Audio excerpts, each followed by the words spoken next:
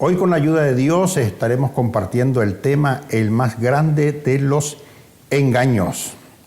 Y para ello voy a estar dándole lectura a la palabra de Dios en la carta a los Hebreos capítulo 3, el verso 12 y 13, que dice: Mirad, hermanos, que no haya en ninguno de vosotros corazón malo de incredulidad para apartarse del Dios vivo.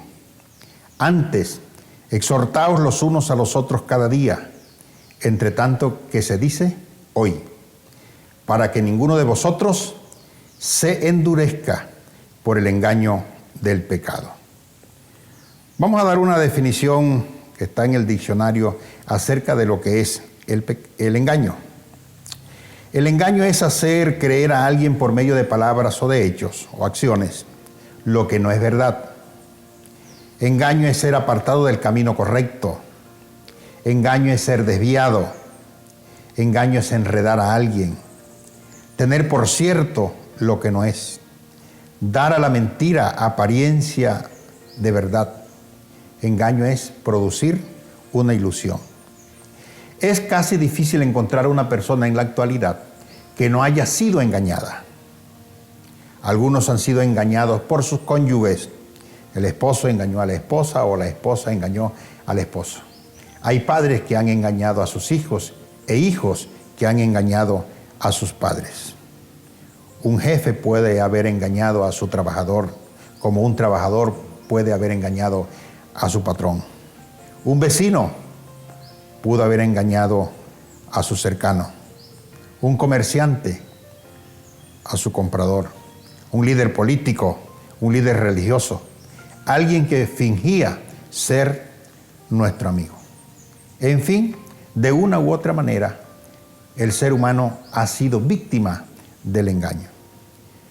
Pero hay un engaño que ha dejado una secuela de consecuencias y ha dejado muchas víctimas a través de la historia de la sociedad. Ha penetrado todas las razas, todas las culturas, todos los idiomas, todas las edades, todas las clases sociales. Este engaño producido por el pecado ha estado presente en la historia de la humanidad, dejando y produciendo sus efectos, y muchos de ellos irreparables. Hoy vamos a considerar algunas de las maneras cómo logra el pecado engañar a la sociedad, al ser humano. En primer lugar, el pecado nos engaña en cuanto a su presentación. La forma, la manera como el pecado se nos presenta es en sí engañosa. El pecado no se presenta como algo que podemos rechazar de una forma automática.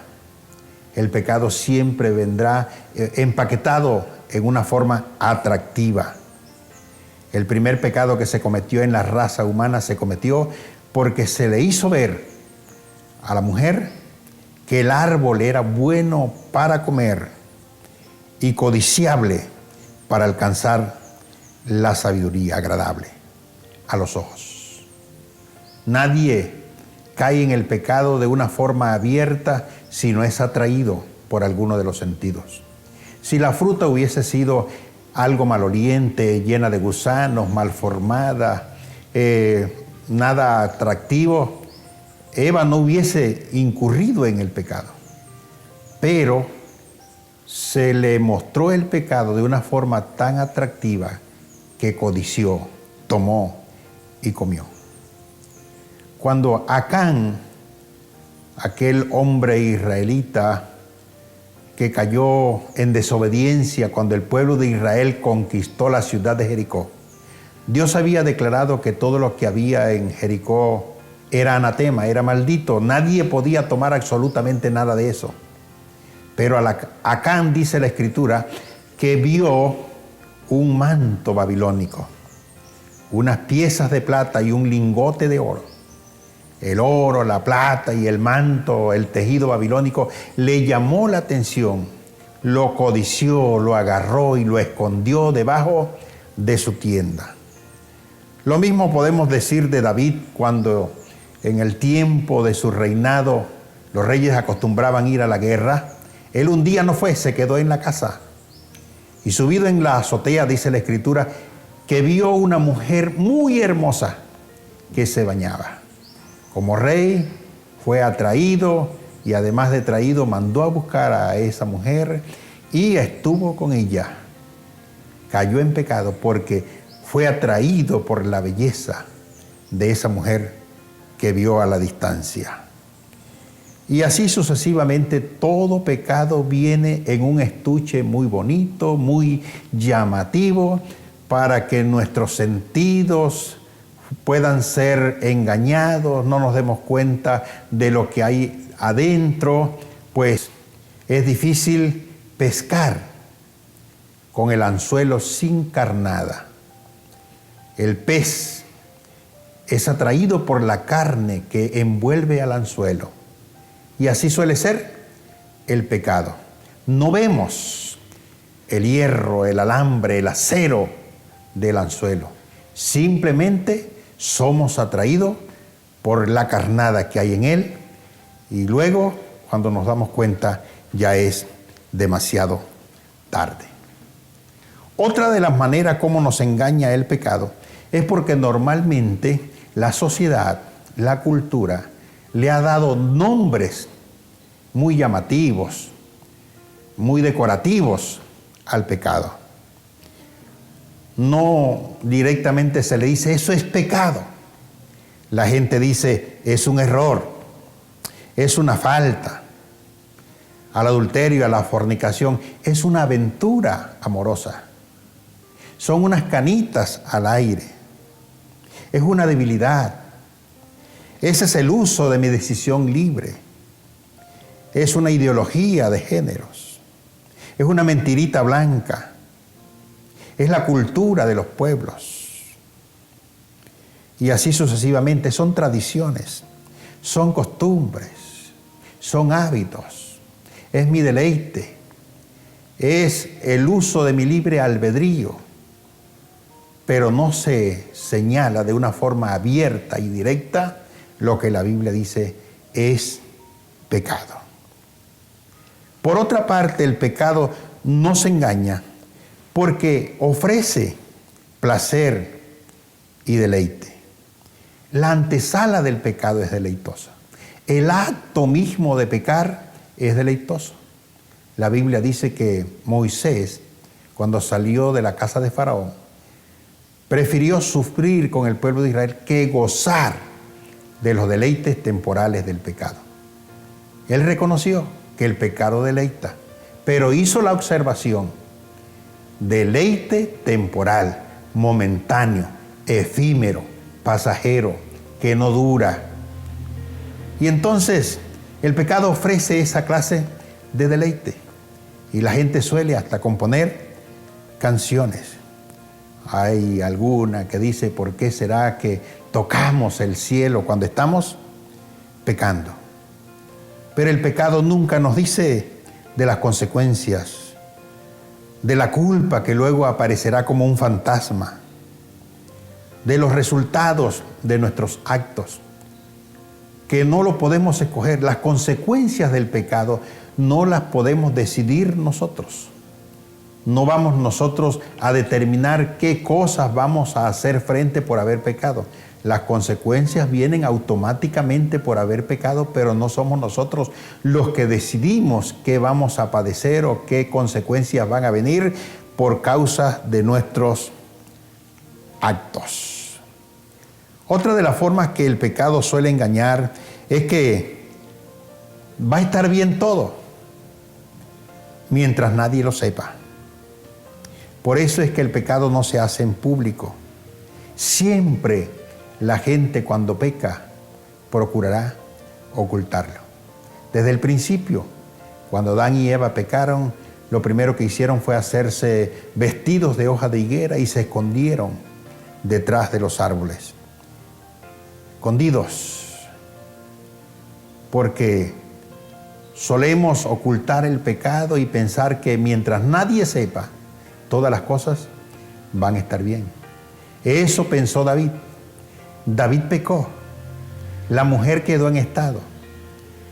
Y para que la gente no se dieran cuenta, él mandó a buscar al ejército al esposo de la mujer con quien él había estado, para que durmiera con ella. En otras palabras, para disimular o para hacer creer que el hijo que él había engendrado en esa mujer no era de él, sino del esposo de la mujer. El hombre rehusó acostarse con la mujer. David no le dio resultado esa táctica que quiso usar para esconder su pecado. Y luego mandó a matar, a asesinar al hombre, esposo de la mujer con quien él había estado. Otra de las maneras como el pecado nos engaña es que nos hace creer que nosotros podemos dejarlo cuando querramos. Eso fue lo que hizo Sansón. Sansón comenzó a jugar con el pecado y en ciertas ocasiones los filisteos venían contra él. Él tomaba en Dios fortaleza y se deshacía de sus enemigos, y poco a poco el pecado fue enrollándolo, y una vez pensó que saldría libre como en las otras ocasiones, pero ya Dios se había apartado de él. No pudo dejar el pecado cuando él quiso dejarlo. El fumador piensa que puede dejar el vicio cuando lo quiera. El drogadicto piensa lo mismo. El alcohólico, cuando empezó a consumir el alcohol, pensó que un día él podía dejarlo. Resulta que no, que el pecado va tejiendo y dando vueltas de ataduras en nuestra vida hasta que nos hace esclavos. Bien dice la Escritura, el que practica el pecado se vuelve esclavo del pecado. De tal manera que la gente, cuando practica el pecado, pierde la voluntad, pierde el libre albedrío. Ya no es dueño de esa voluntad fuerte para decidir dejar el pecado, sino que el pecado se ha enseñoreado de tal manera de su vida que le ha privado del libre albedrío para tomar una decisión oportuna. El pecado se vuelve su señor y entonces el hombre no hace lo que quiere, sino lo que el pecado demanda que él haga. El pecado nos engaña también haciéndonos creer que no vamos a seguir dando pasos, que nosotros no vamos a llegar tan lejos. David tal vez pensó que simplemente sería una noche de placer con la mujer y que todo quedaría allí. Pero cuando uno peca, el pecado tiene la característica de que pare pecado. Cuando uno miente, si inmediatamente uno no se retracta y pide perdón del pecado de mentira, para sostener una mentira hay que seguir mintiendo.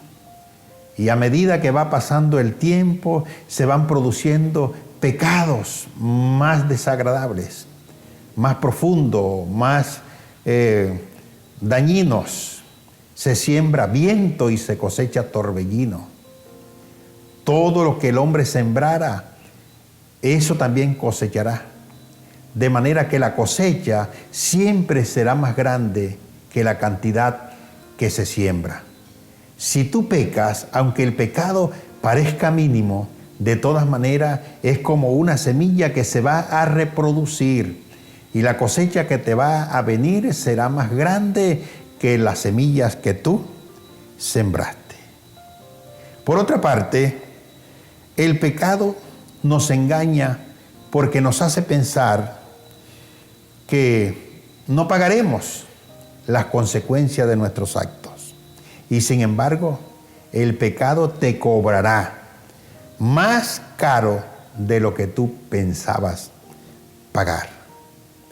Perderás tu reputación, perderás tu tiempo, perderás tus fuerzas, perderás tu propósito, tu comunión con Dios, tu vida de servicio, tu libertad, si es posible, hasta tu salud física. Y es más, La Biblia declara que la paga del pecado es la muerte espiritual. La Escritura dice que hay pecados que se hacen patentes antes que el hombre sea llamado a juicio y otros se harán manifiestos después. El hombre puede ocultar el pecado durante algún tiempo, puede morir inclusive con pecados ocultos que nadie lo supo, que él pensó que pudo guardar el secreto y que nadie se enteró. Pero la Biblia dice que un día todos nosotros vamos a comparecer en el tribunal de Cristo y cada uno va a ser juzgado de acuerdo a lo que hizo mientras estaba en el cuerpo. Tarde o temprano, dice la Escritura, que lo que uno hizo en lo oculto será publicado desde las azoteas. Entonces, el pecado está engañando y la Biblia dice que los hombres irán cada día de mal en peor, engañando y siendo engañados. El pecado nos engaña de tal manera que a veces la confesión delante de Dios de lo que hemos hecho es difícil porque el pecado nos quiere seguir teniendo cautivos. Y una de las verdades bíblicas para ser libre del engaño del pecado es la confesión.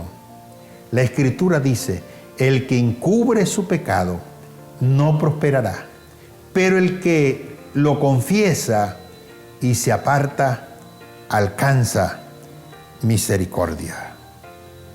También dice la palabra del Señor, si confesamos, Él es fiel y justo para perdonarnos y limpiarnos de toda maldad.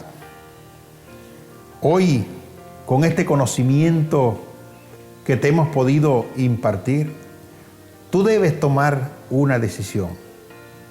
Seguir siendo un practicante del pecado y ser esclavo de él, o alcanzar la libertad que Cristo ofrece. El pecado y las consecuencias son tan terribles que Dios, sabiendo que la paga del pecado era la muerte eterna y la muerte espiritual, separados de Dios por los siglos de los siglos, Dios en su amor y en su misericordia mandó a Cristo que se encarnara y que sufriera el castigo de la ira de Dios para librarte a ti y a mí del pecado. Ese fue el propósito de Cristo al morir en la cruz del Calvario. El justo murió por los injustos. El que no conoció pecado, por nosotros se hizo pecado para reconciliarnos con Dios. Y despreciar lo que Cristo hizo, no aceptar ese sacrificio que lo hizo a favor de nosotros, es asumir nosotros mismos la responsabilidad de que si no confiamos que Cristo pagó por nuestra culpa, entonces como Dios es un juez justo, un día en el juicio eterno te va a cobrar a ti, si no te arrepientes, las consecuencias de tu pecado. La Escritura dice, si el Hijo del Hombre os libertare, seréis verdaderamente libres. Hoy vivimos en una sociedad engañada, justificando de una u otra manera la práctica del pecado. Pero el llamado de Dios es, deje el hombre impío su camino y el hombre inicuo sus pensamientos y vuélvase a Jehová, el cual tendrá de él misericordia y será amplio en perdonar. Amado hermano y amado amigo que me puedes escuchar y ver por este medio, la voluntad de Dios no es la muerte del impío. Dios no quiere la muerte del pecador y por lo tanto hizo todo lo posible por salvarlo.